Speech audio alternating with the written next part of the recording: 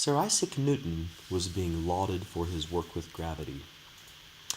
He demurred by saying, "I stand on the shoulders of giants." His work didn't just come up out of the blue.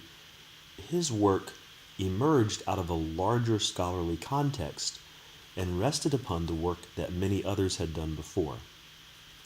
The aim of our literature review is to show the reader how our research or proposed research is situated in a larger scholarly context. There are two ways in which many of the literature reviews can be improved. The first way is through the clear use of a preview statement. In the first paragraph or two, I strongly encourage you, as you write your literature review, to clearly identify 2, 3, 4, 5 main points around which your literature review will be organized. Your literature review should not only be 15 or 20 different articles briefly, quickly, hastily summarized like an annotated bibliography. Instead, these articles should coalesce around a couple of main points. They should be organized around a couple of main points. And your main points should be clearly identified in the first page, maybe the first paragraph.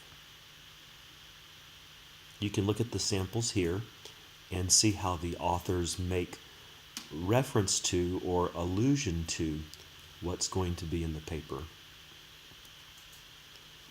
This next example provides greater specificity.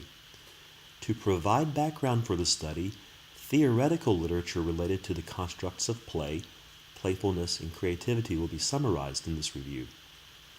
Also, previous empirical research on playfulness will be presented, and this, and this, and this. And finally, we will examine the relationship between playfulness and creativity, which was a secondary focus of this project. So this preview statement clearly identifies the main points that are going to be worked through in the literature review. I like this example best because it is exceedingly clear.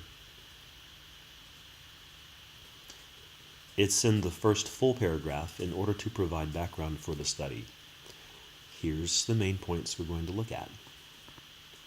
A second way in which literature reviews can be improved, and I've mentioned this very plainly on a few people's efforts, identify the gap that you want your proposed research to fill. You are describing in the literature review, here are all the things that are known.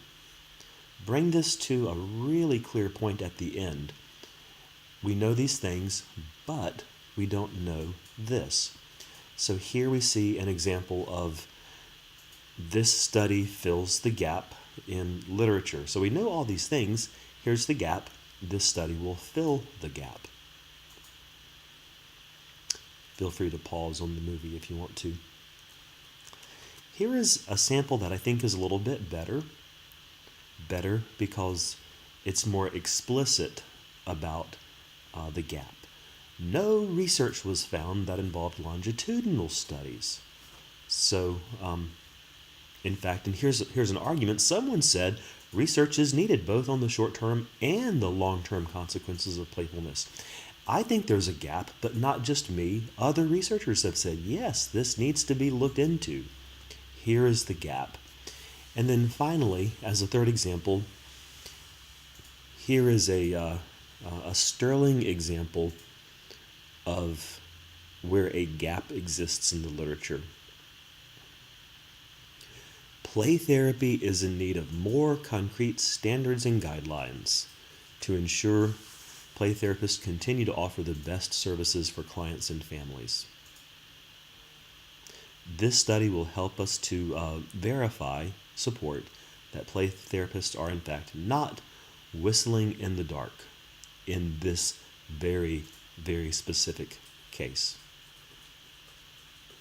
So I hope these samples are helpful.